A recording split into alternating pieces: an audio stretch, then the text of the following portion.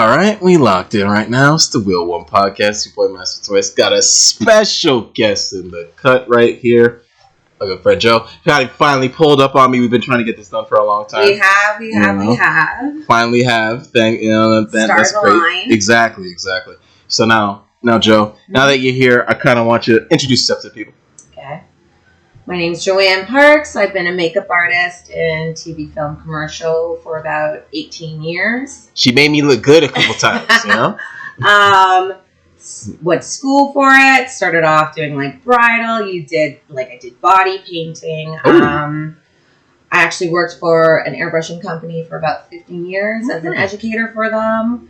And yeah, you do what you have to do. And I love it. I'm very lucky to be able to do it. And still doing it. So. All right, I love that. We're gonna get a little bit more into that, to be honest, because I love just all that, because it was a lot deeper than I even I knew, just from just knowing you from working together. So that's amazing.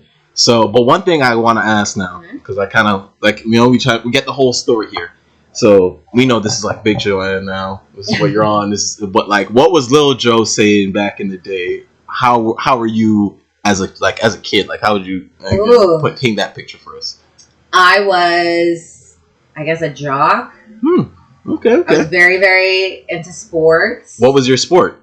Basketball, between basketball and volleyball. I love that. Loved it. Ball was my sport too. Ball is life. I feel like I was the son my dad never had. Funny enough, I feel like that happens a lot. Yeah. It's like as much as some dudes they put this whole bravado onto their absolutely, to have a boy. And it wasn't even anything. It's just like my dad loved sports, so me and my sister, we went to Argo games, Blue Jay games. It was just what we did. We didn't think anything of it, and he didn't pressure it, but he loved it. Like he taught me how to throw a perfect spiral, and I still. It's all in the wrist. It's all in the wrist. Still do it today. I'm very proud of that. But yeah, I was a jock. Elementary school, I was that kid. I had glasses, I had a unibrow, corrective shoes, braces. I was a little different, and I grew into myself, and that's why I did like athletics, because it did make me feel like I had a sense of community, and you're working with each other, and you felt like you had a team. I feel like that's the one thing I've always loved about sports too, is because especially since after I've been out of them for so long, I miss that. Yeah. It's like it was your people. You always had those people. Yeah, and it's like you could just count on them. You just knew, because we know we're trying to get a common goal accomplished together. We have a common enemy. It was all of that. So yeah, I really enjoyed it in high school, and then we had work to rule and strikes back in the day. So that kind of kiboshed it, and that kind of left you kind of high and dry, because you're the one thing you would work towards and you knew you didn't have it anymore. So you kind of had to figure it out. Who are you now? Yeah, you're not that player. You're not that quote unquote jock anymore. Yeah, that's so crazy, because you said that, and I felt like I just got slapped in the face in my own life. Yeah. Because my last year of high school, that's what happened. There was a strike, and then the season finished, and I was just like, so what do I do? I had 2 strikes. It was bad. We had I think after grade 10, it was just done for sports, because we had work to rule and all these strikes. So it's whatever. Yeah, that's always rough for the kids, because like you said, it is. Especially when at that age, I feel we've all, if you're an athlete, especially, it gives you a purpose. That's all you know. It's your whole identity is being an athlete, and then when it's taken from you, you're just I'm nothing. You don't even know what to do with yourself. Yeah. You're like, I gotta find something else to do. I can't go to the gym anymore. Yeah, pretty much. So that's kind of crazy to have that relation right there, because I feel not a lot of people understand that gap when you lose that. They don't get it, and it's hard to explain. Yeah, definitely. If you haven't been through it, it's one of the hardest things to explain to somebody, because it's how do you explain losing something that you don't really lose, but you lost it? I know, and it's just having those, just a group of people that you just have, no matter what. And especially in high school, there's different groups, you just see everybody splits up. But when you're on a team, no matter what group you're in, you're together. You're one. So it was pretty awesome. I still hit up also a couple of my teammates to this day. So it's you kind of always have that bond. And I love that. So Now, Joe, I kind of wanted. We talked about sports being one of your big hobbies as a kid. Uh-huh. What were some other ones that we wouldn't particularly know, or like that you've always had that kind of stuck out to this day? You know what? I was really into the arts, Okay. like drawing. I loved it.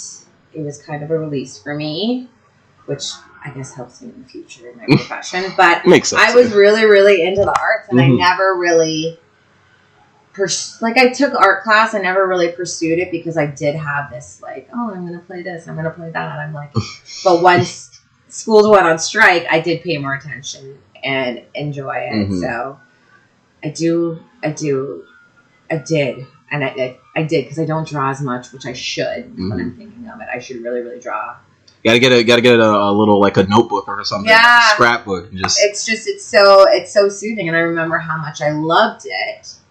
So it's like, oh, I should really, really get back into it. And when I was body painting a lot more, I was definitely drawing a lot more. Well, it makes sense. Yeah. I feel like as I got further out in my career, and it kind of got pushed aside because things got a little more clinical, that I stopped. So. Okay. So like, that's like one passion that kind of stuck through. Yes. You'd say, because like obviously you still kind of it's incorporated into what you do now. Yeah. Are there any other ones that you feel as that just stuck through, like a passion that you had, and it's kind of like maybe even a weird one, like a one I where know, you're like, and I'm so weird. So trying to think, what is weird? A passion? Oh my god, a passion of mine. I'm obsessed. Oh, this might be creepy. I'm obsessed with like documentaries, like nature documentaries, like Mhm. David Attenborough. Oh no, I love those. Obsessed. I could watch it over and over. Blue Planet. I love Blue Planet, or like Or Animal Attack. Yeah. I love Animal Attack. Yeah, Like, those are and especially if like animal attacks on people, especially if it's like a hunter and the. I know that's like that's. It sounds weird, but like at the same time, morbid. I know exactly what you But mean. it's like, oh, the hunter like just killed the lion, and then the lioness comes out of nowhere. I think, but I do like watching animal attacks, like those orcas that whip and attack. Oof. Orcas are Obsessed. deadly. Orcas are Obsessed deadly. watching them attack these boats. I think it's the best thing ever. Because it's like, I think the fascination of it, for me especially too, because like I don't want to get near these animals personally, but to see how they act in their like natural state to defend themselves, brilliant. They're it's crazy. so smart. They're so smart, and they have such a huge sense of community that it's amazing how they communicate. Mm-hmm. So yeah, I'm like loving the animal. Yeah, I mean, I definitely get you, because I've definitely watched like I think Animal Planet, and they sat down and like saw like chimpanzee like community, Oh my God. and there was like 2 different communities, and they had beef, Oh my god! and they were I like know, really and going at it, and it was like, and oh, they plan their attack. yeah. It was like they killed one guy, and then they kind of like left him in a space where they knew the people would see. And See him, like, it was a message. psychological warfare with the chips. Yeah, and there was another show. What was it? Meerkat Manor. Mm-hmm. Obsessed with it. I don't know, but it was just the dynamic of how like these meerkats live, and there's one, I think her name was Daisy, and she was like, she ruled everybody, and if you pissed off Daisy, she'd like kick you out. I don't know, I just loved it. So yes, I like animal attacks, but I do really, really love watching like nature documentaries. I've always loved them too. Like, it's funny enough because like I don't know, me and my dad are kind of weird like that, because me and him bond over that for some weird reason, because we never like talked about it when we were younger, but I noticed as I got older, we would just watch it, we're just like hooked on it, and it's like, I think it's just the fascination of just learning more about the things around you. Absolutely, and I feel like when we look at the animal kingdom, we have to look back at ourselves a lot as well. Mm-hmm. And it's just a dynamic and how they're able to figure things out and adapt. Mm-hmm. We can learn a lot from them. Yeah, their adapting is huge, because like I feel they have to adapt to us so much with like if their environment changing, they're losing their homes, deforestation, and they figure it out where we not so much struggle. We struggle. You're doing that good. So that kind of like leads into my next question. Funny enough, segue, because like we kind of talked to us about like about you as a person growing up, and I don't want to know like how your views are on just how the world is nowadays, and like the way society's set, because I feel everyone has a different viewpoint. What's going on with our world? It's not the best. I feel like we're becoming very divided. Yes. Which is sad. I feel it's always my struggle's bigger than yours sometimes. You know. Or if you have a different opinion than mine, you're wrong and we can't be friends. Mm-hmm. Which that's not how the world works. Mm-hmm. And I have friends who have different opinions, different political opinions, or just anything in general, but I love them to death. Mm-hmm. Mm-hmm. Because they're still my friend. They're still part of my family. Yeah. And I feel like we stopped being able to communicate with each other, which is very scary. I think you hit it on the head right there, because that is a huge problem that with nowadays is I feel every problem can be solved with communication. Absolutely. But people are just horrible at communicating. Absolutely. And we can agree to disagree and walk away and hug it out. No, that's the funny thing, because like I notice I'd be saying that to people a lot of times, like when I just don't want to argue and I still feel I'm right. Yeah. So it's like agree to disagree. It's and okay. Then people will get so upset by that, because it's like in their mind it's like no. No, you're wrong. I'm right. I'm right, and you have to hear me out. But that's not how the world works. I don't have to. Okay. I ain't got to do nothing. I don't have to do anything. So take it like really think like, oh, this person is giving me the courtesy to listen. Mm-hmm. I'll only listen so much because like you got to know when to draw the line and walk away, and it's not worth fighting over. It isn't. Yeah, that's the thing. Like, and I feel nowadays a lot of people, they want to spend so much time wasting their energy on the negative things, absolutely, instead of uplifting each other. Yeah. Because I feel it's so much easier now to be a troll and to spew negativity than it is to be a good human being. Absolutely. And I feel like a lot of people troll, especially on the online and all of that, and you're like, you think like you're, I don't know, it's gonna sound like my parents, a big man. Like, you're not. You think you're a big man, eh? Like, you're on your computer calling would you ever say that to someone's face? And I think it's a generational thing, and that's how I feel old sometimes. I feel you on that. Would you say that to someone? I feel you on that 100%. Would you say everything you're saying online to their face? I bet you 9 out of 10 wouldn't. But they have this sense of power because no one knows what they look like. Mm-hmm. And it's just like, all right, but some people do live in social media, and it does affect them, and it's really, really, it's sad to see, but it's not real life.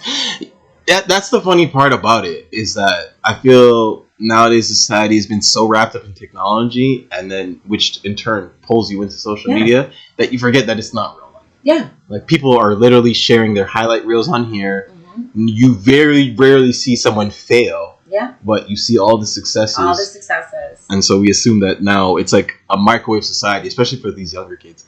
They just feel like, oh, I need it now. Yeah. I gotta have it now. Instant. I love, especially even in my industry, I love hearing it. Like, oh, well, I've been doing this for like a year. Like, I should be at this level. And it's like a year. Like, you're a baby. I was like volunteering. I was just getting paid nothing just for the opportunity and experience.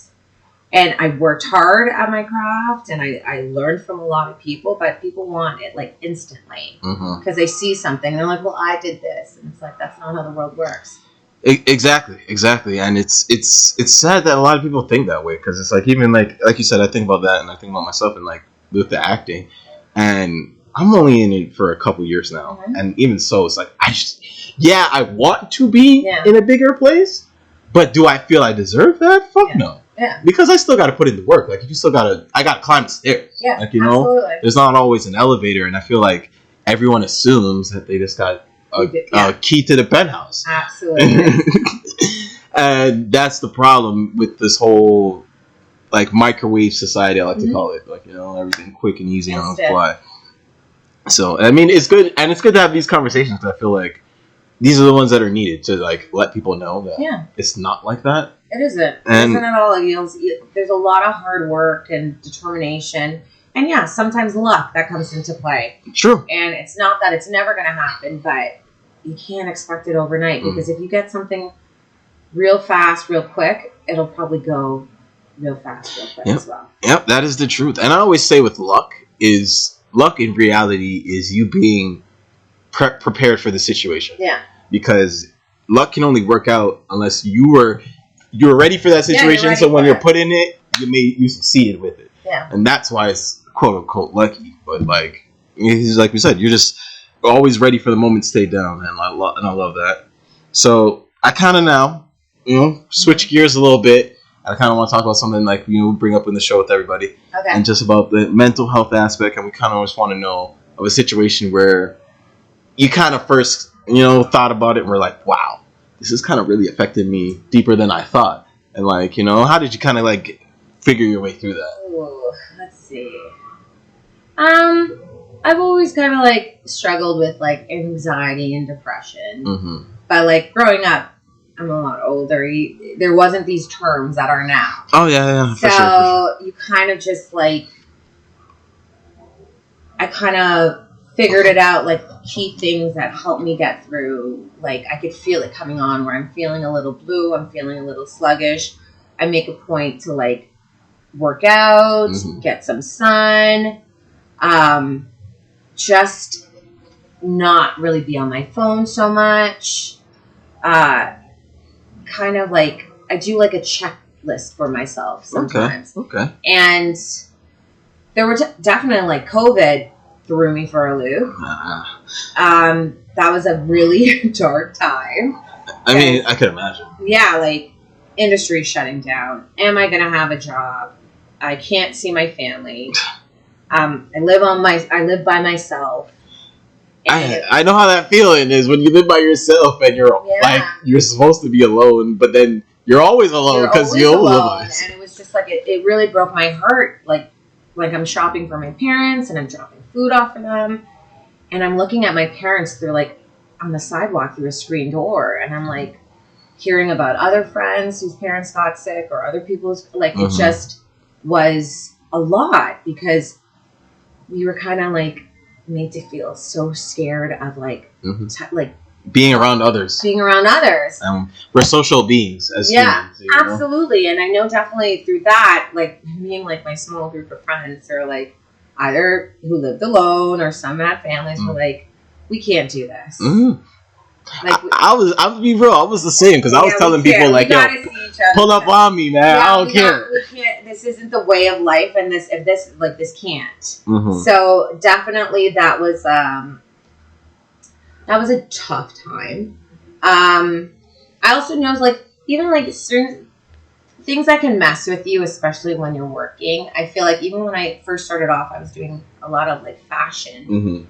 And the fashion industry is just another beast in itself. Yeah. So just like going to work, being the only person that looks like yourself. Like I don't look like these like zero size models, and like hearing some people complain about like, oh, I feel so like I don't feel so good. I don't feel so like they're beautiful creatures, and you're just like, oh my God, these girls like, do they not see what they look? And then I have to think, well, their perception is different than mine. They're going through something.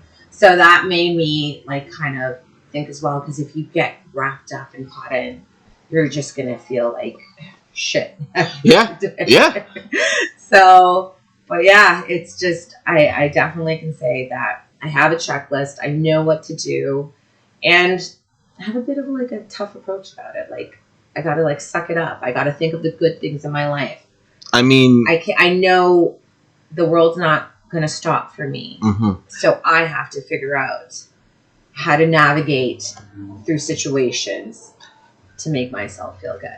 And I love that you kind of ended it off like that, because I feel a lot of people, it's hard to hold yourself accountable like that.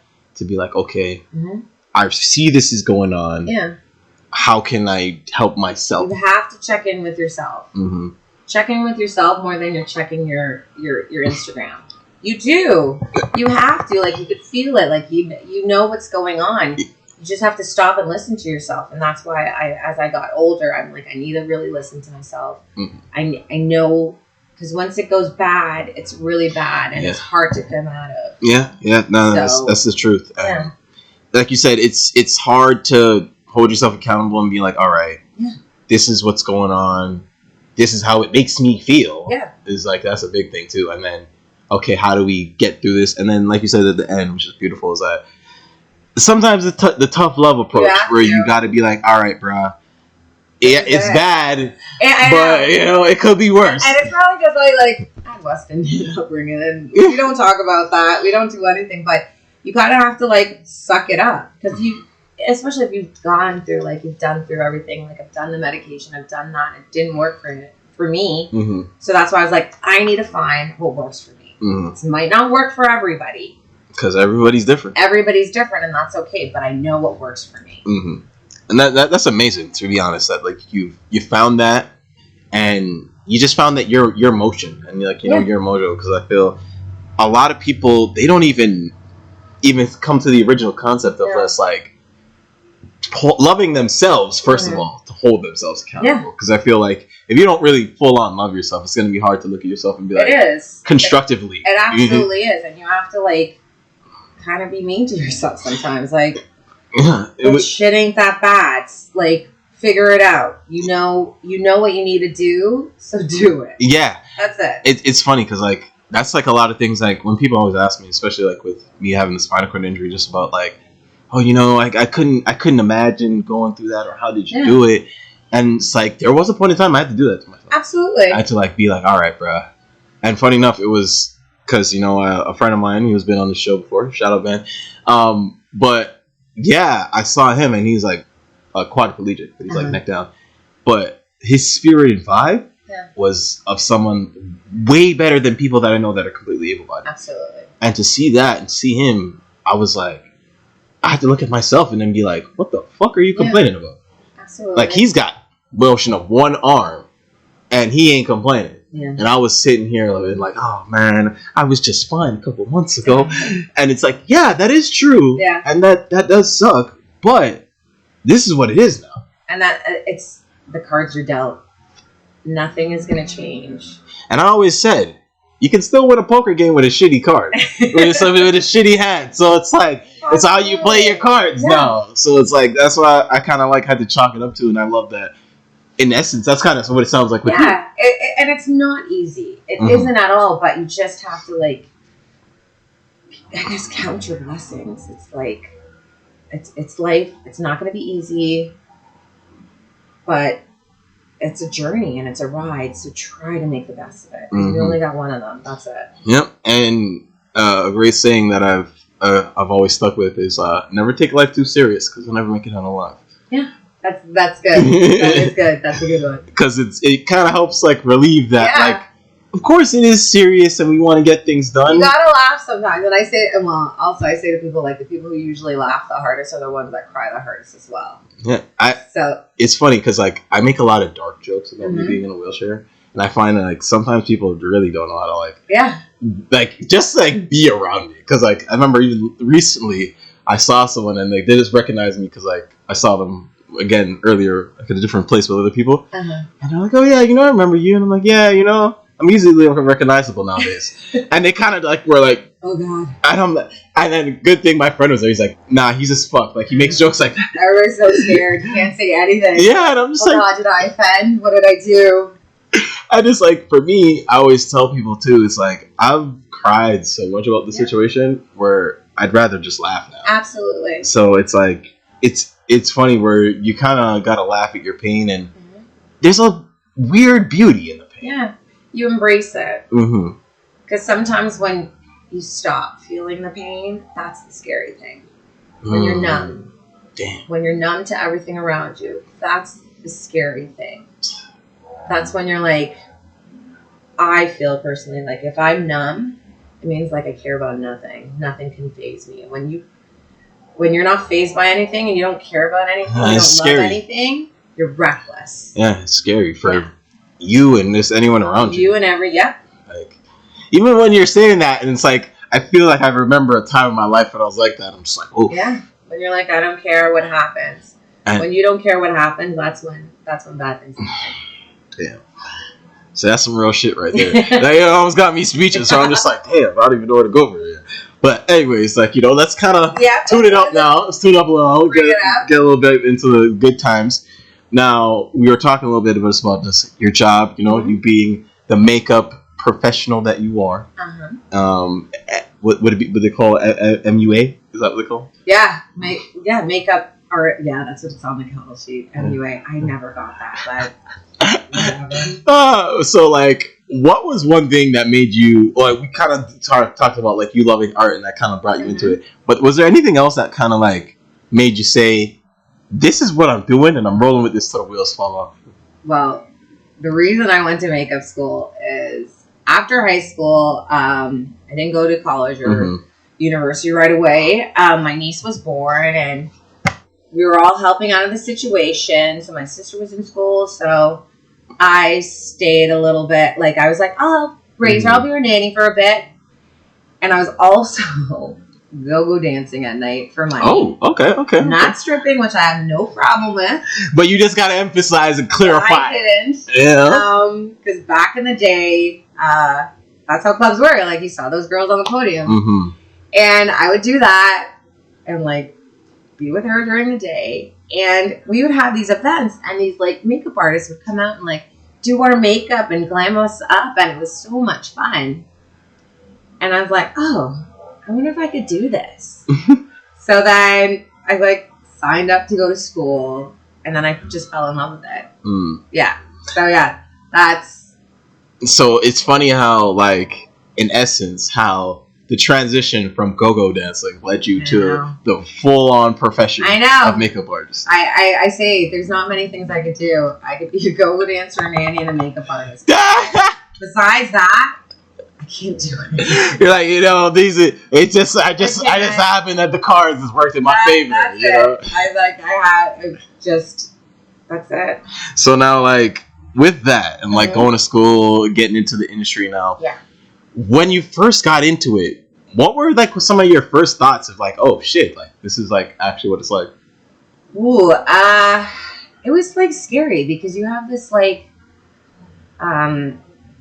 this fear that you're not going to do a good job, which is especially when you're in charge of someone's look.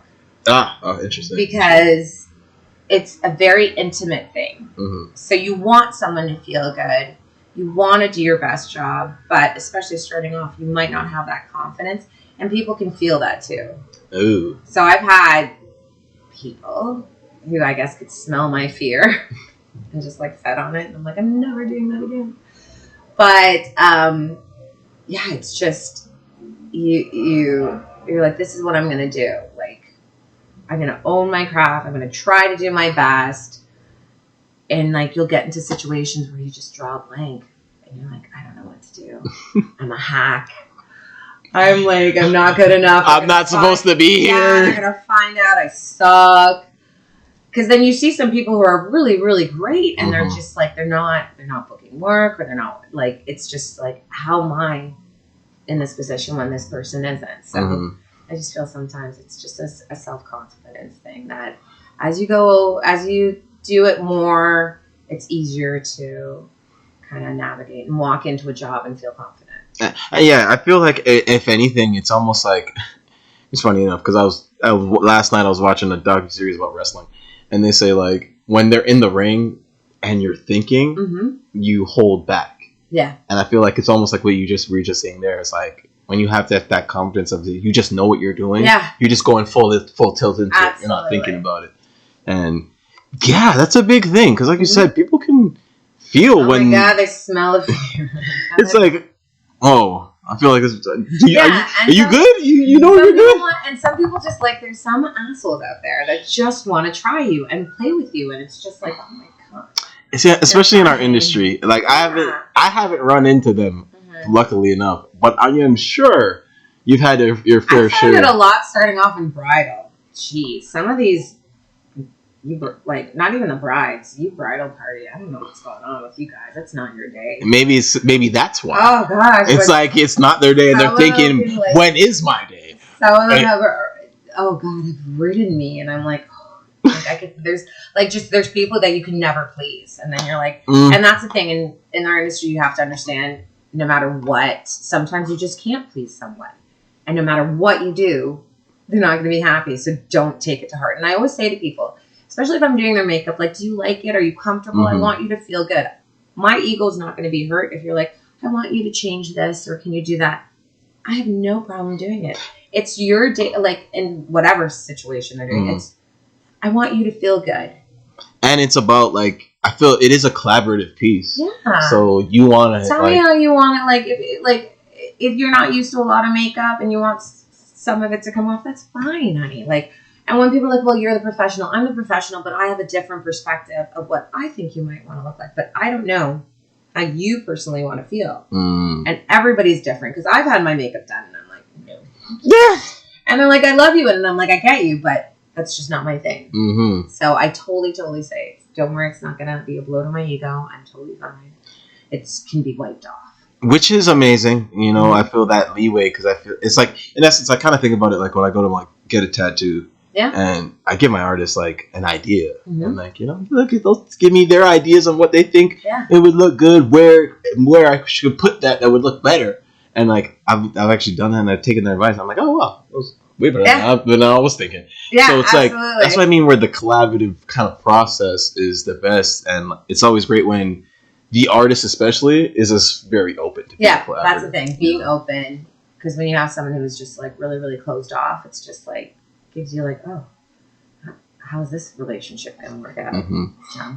Especially like we said, when you're doing something where it's like it's very intimate because it's someone's look. Like I'm in your space, I'm touching you. Let's not be weird. Let's have a good time. Right. You're right. Like I can imagine how awkward that can be with someone who's just like making it just more weird, and then you got to be like, and it's just right upon them. It's like a nervousness that I always laugh, especially when I do some people's makeup, and they're just like staring at you, like deadpan in the eye, and I'm like, oh god. Like, look away. Yeah, that's weird. Like, I think a part of me would be like, why are you looking at me like that? I know. Sometimes you get that comfort level. You get someone's vibe where you can be like, what's wrong?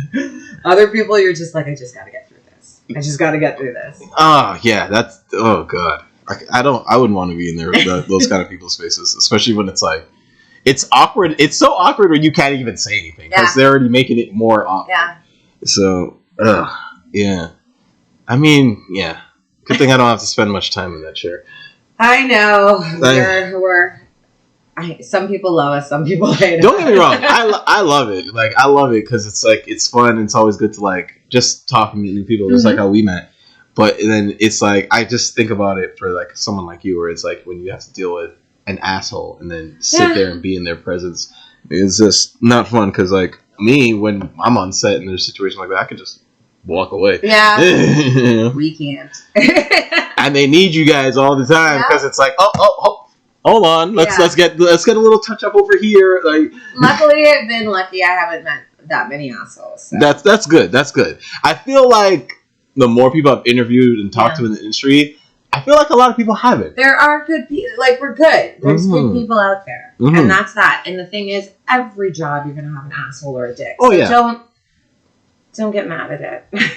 True. It's not worth it. True. It's not. Yeah, exactly. Especially with our jobs, when it's like you never know who you're working with on any given time. Absolutely. You don't know who you're talking to. You don't know who you're working with.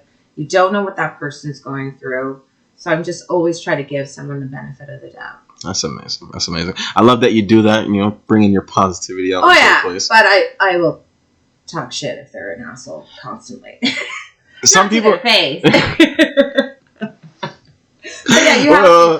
You gotta understand. People are going through things, so you gotta like. It's not gonna hurt me. So if I'm the easiest target for you because I'm the closest to you, and you need to unload, then so be it. I still don't feel that's right. It's not right, but sometimes it just happens, and you just walk away from it. Unfortunate, it is what it is. Yeah. You know, it's one of those. So like.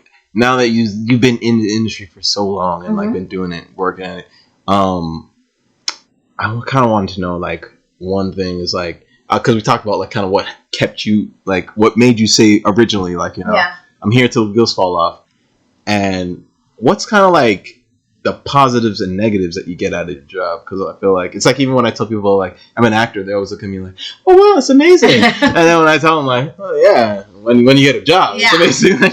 So some of the negatives could be long hours, especially if you're on set or if you're on a show or a movie. You have no life. Yeah, you can work like a 16-hour day, like easily. So that is a negative. You're running on empty, probably halfway through your show. You're not getting sleep. You're not seeing family. You're not eating properly. Unless the set provides some good food. Yeah, but like, especially when yes, that's true. When you have good craft, everything is great. Right? Like everybody's like into craft. Everyone's happy. They're so happy with craft. So I would say the long hours and the toll it takes on relationships. Because I've had to be like, oh, I can't go to this, I can't go to that, I'm working or I'm tired. That would be the negative that I find is that sometimes it affects. And positives, like I get to do makeup, I get to meet people from different walks of life. Everything, it's like it could be different every day. I laugh so hard at work with like my people. Like I love it. And the people I work with, like they're family. Like I love them. Like see people getting married. I see people having kids. You just watch, you're part of their lives because we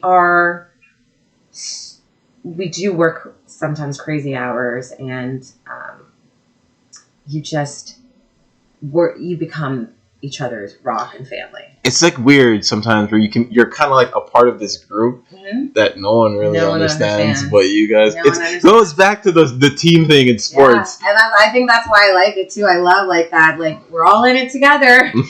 We're all screwed. Or it's days where like this is the best day. Like you're sharing it. So it's nice. I do love that. It's so funny that you say it because that's how it's really can be like that. It's like going into especially those like 12, 13, 14 hour days. You're like, what are we doing? Where you're like, oh, like you said, we're all in this together. Yeah, so like, and we'll be back tomorrow. Yeah. But like, so you just make the best of it. So that's why you like what makes a difference is who you work with. And if your team and your peeps like is like are good, then you're good. Yeah, I definitely agree with that, and I feel that's like one of the great things about the industry in general. Yeah. I feel like obviously our jobs are slightly different. So like they change, but like absolutely general concept I feel is the same. Where it's just like like you said earlier, we're in it together, or we're getting through this shit together, and we're all a little off. I think that is kind of true. I've noticed. Who gets in this industry, we're just like a little. Because like I don't think you how could you be like not a little off and to choose a job where it's like I tell people I don't have a conventional job. Yeah, you don't know when you're working. You could be off for months, or then you could be slammed with work and you have no life. It's not. You know. So that's why. It's what we love, though. Yeah, it's like we do love it. It's the weirdest thing, and I tell people all the time because it's like. I don't know. It's because like I feel people ask me, especially they'll be like, "Oh yeah, can I get into that? Like, how do I get into that?" I love hearing that. That's the best. I tell them, like, and I feel like a lot of people, I can always get like a disappointed face. I feel more times where they're like, where they I think they expected me to be like, "Oh yeah, I'll give you a job," like tomorrow. I get that too. And it's my cousin does makeup. You should get her in. Cool, thanks. And like I find out the kid's like 17. I'm like, great, thanks. And it's not even that. It's just it's like I feel it's just people think because you do it. Yeah. That's it. Like okay, that's my way in the door. Or if you do it and you make it look easy, that it's easy to do.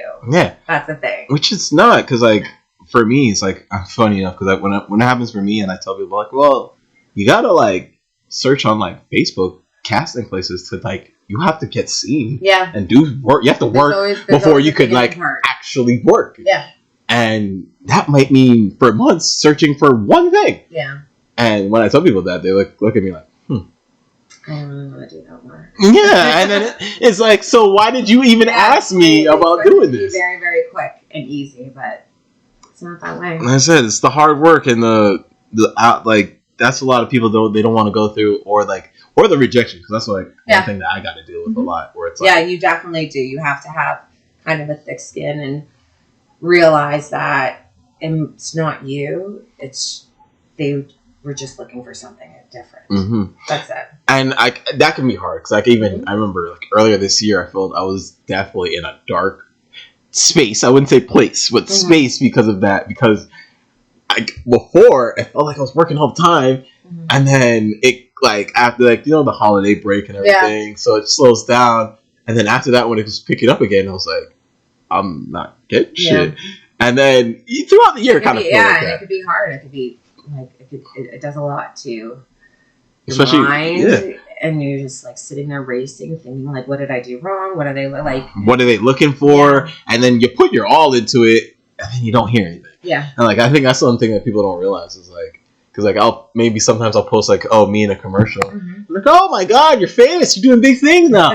I'm like, yeah, I get like, you know, 80 other things people just said, nah, we don't want it for. So like, I got lucky for that one. Absolutely. So it's like, it's just funny how a lot of people see our industry and what we do, and like you said, sometimes we can make it look so easy that like they just want to be involved, but then they don't really understand what it takes. What goes into it. Mm-hmm. And like you said, you can't really be a real like, you gotta be a little off to do these kind of things, because like, look at the jobs that we do. All right, now that we're kind of like winding down, we're on the wind down phase. You know, I always kind of like to get into like the things that, you know, you're into. Plug yourself right now, you know, it's IGs, all that type of stuff. Oh yeah, my Instagram is Joanne Parks. It's not Put that right fancy. here. It's not very fancy. Okay. It gets the job done. It does. I have a little bit of work up there, but especially sometimes if I'm working on a show or something like that, you can't. Yeah, and when you do commercials, you can't really post anything unless it's out there. So it's a little bit of my life, a little bit of work. You're getting the trifecta. Just trifecta. Yeah.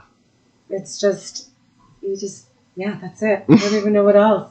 That's it. There's nothing else to plug? People have, just like, all I do is makeup, dude. That's all I can do.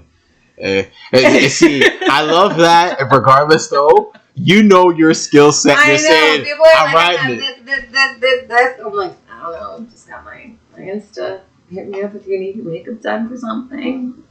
See, now you know who gets the people on TV looking pretty. So if you want to look pretty for anything you got going on, hit the IG right here. You know, nice. We'll do all that stuff. Like she said, you know, she takes constructive criticism. I don't have an ego. Whatever you want, I'll do. See, I love that. And Joanne, love for you to come through. And I really do appreciate it. This was awesome. I'm glad we figured it out. Right? Finally, you know. This is like months in the making from like the first time. That's how it is, though. It works out. Look at the industry we work in. I know. You know, that's how we operate. It's like when sometimes. you're like, oh my God, I have so much time. And then all of a sudden you're like working. I'm like, I have no time. I'm sorry. But yeah, it was awesome. I appreciate it. Thank you for asking me. No, thank you. Because like I said, everyone has a story. And I feel like I love to tell the story of like, because one thing I noticed when I first got onto a professional set was just how many jobs there are. How much it takes to do something that on the screen is fucking 15 seconds. Yeah, pretty much. There's a person for everything. And I love that, and I love this. I want like kind of sometimes my audiences to see the other people that they don't get to see. Yeah. And just what goes into it. Thank you. So you're nice. The least I can do. So it's like, you know, I appreciate that. I appreciate you coming through. This is rad. This is awesome. Thank you. And now for you YouTube people, you know what you got to do if you made it this far, especially. You know, like, comment, subscribe, hit a video over here, wherever we put them. Go get them. It's your boy Master Spice, the Wheel1 podcast, and we out.